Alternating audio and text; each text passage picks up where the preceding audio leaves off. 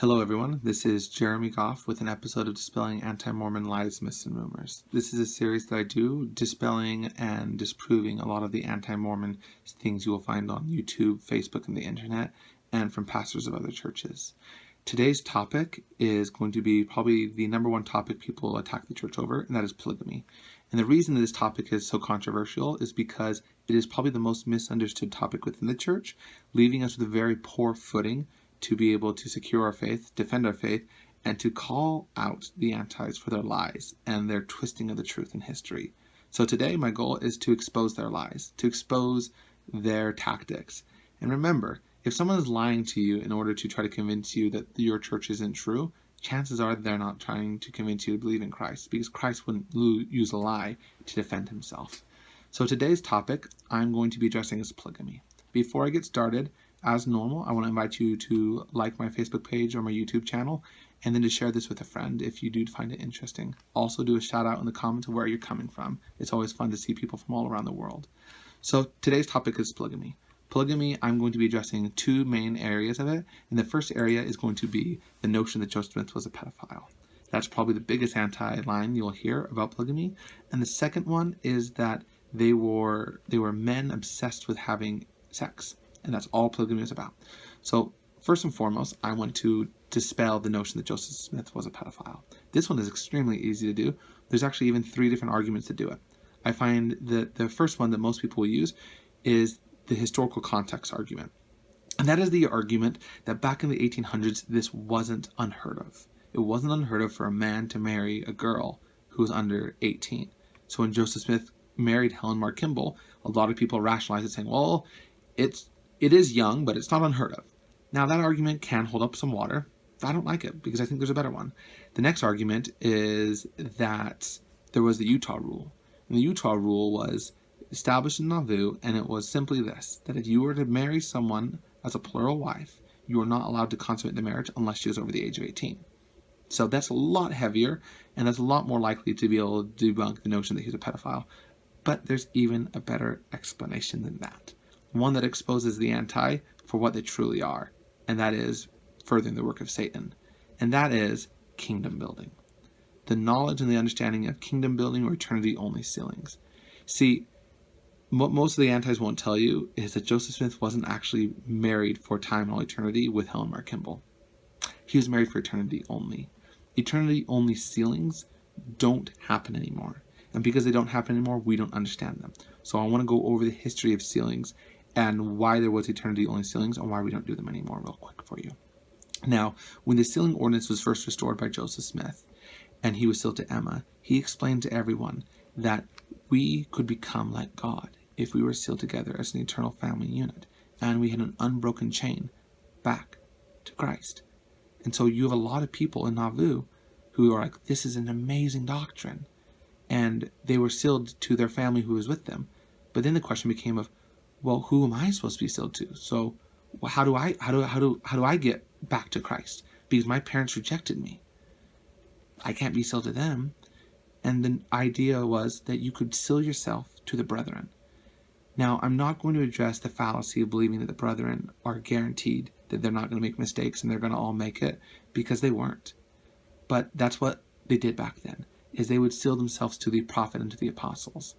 And so Joseph Smith was engaged in what was called kingdom building, and that was where people would seal themselves to him in an effort to have him and his chain that they were linked into.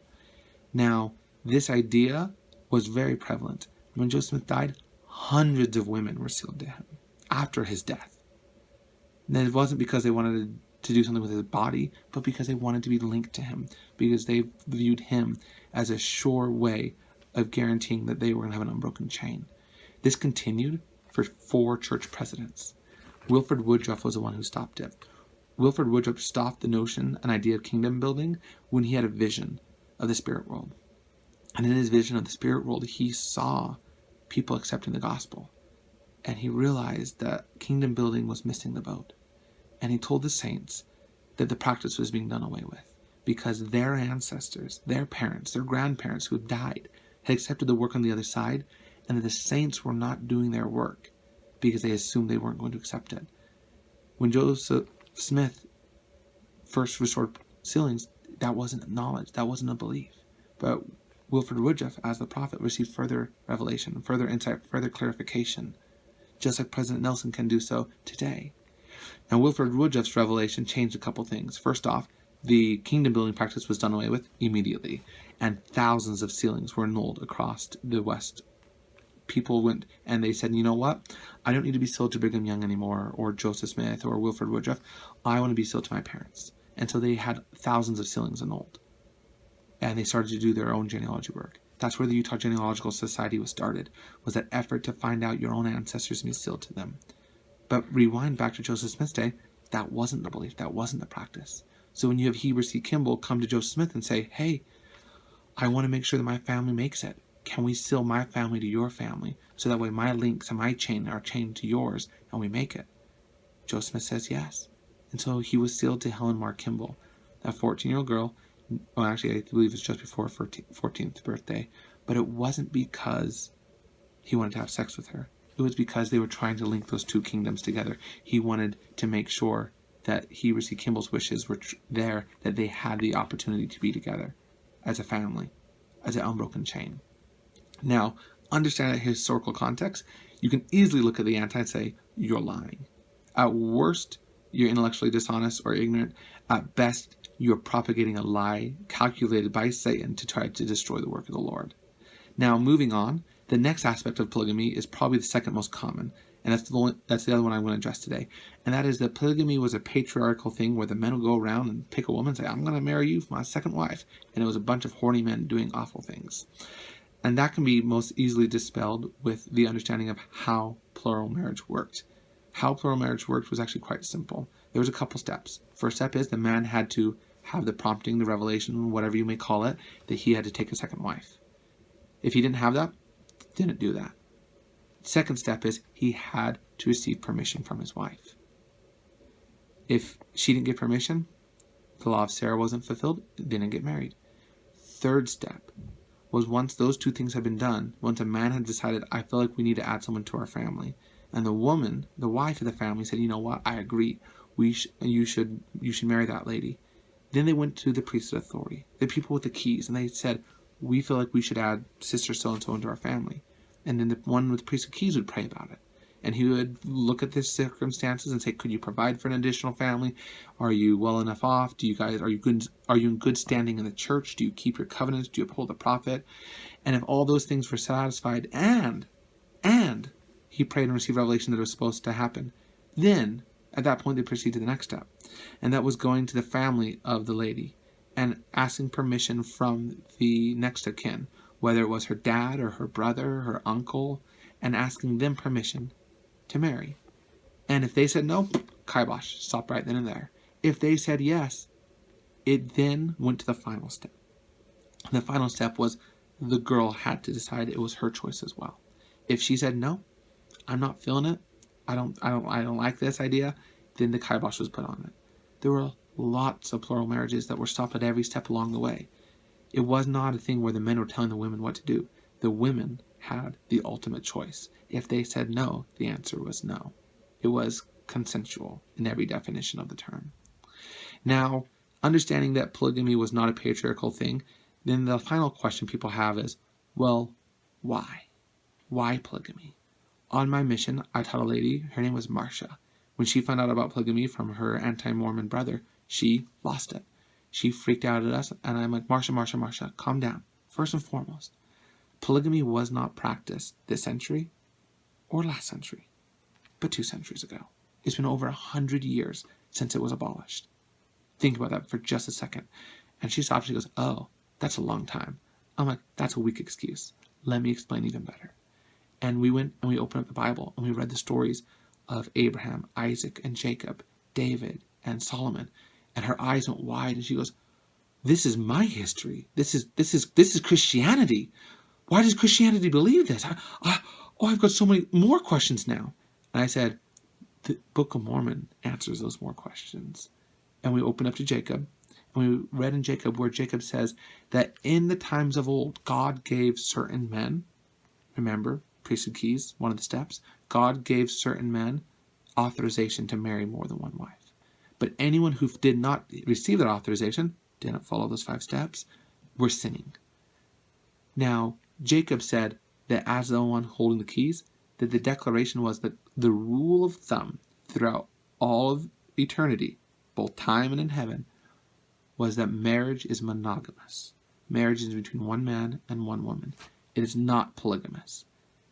And that only in certain circumstances to build up seed will it ever be otherwise.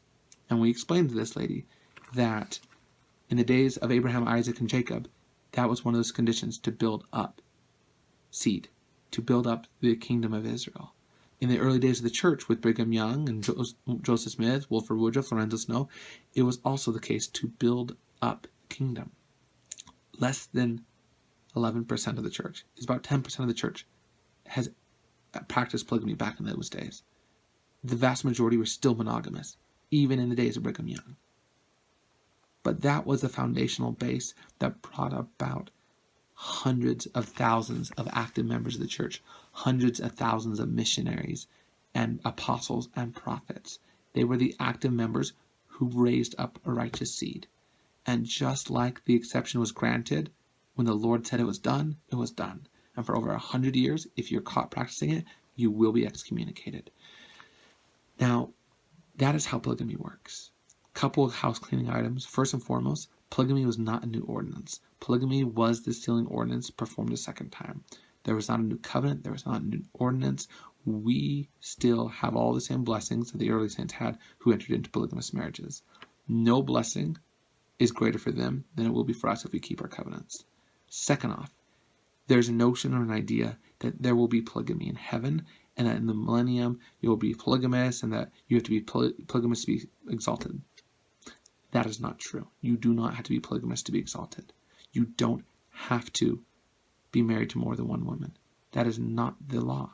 For the vast majority of the history of the world, people have been monogamous, and with God's sanction, only a very small fraction have ever had it commanded to them otherwise. Now, the final thing is some people have a belief that polygamy will come back. That is unfounded.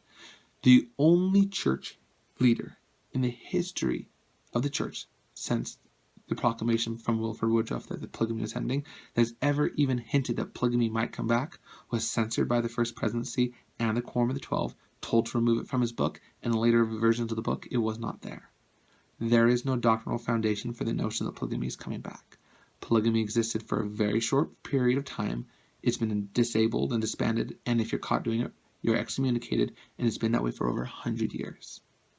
With explaining kingdom building, with explaining the history behind polygamy, and with explaining how it works, you are better equipped to be able to dispel anti-Mormon lies, myths, and rumors. If you've enjoyed this video, please share with your family and friends.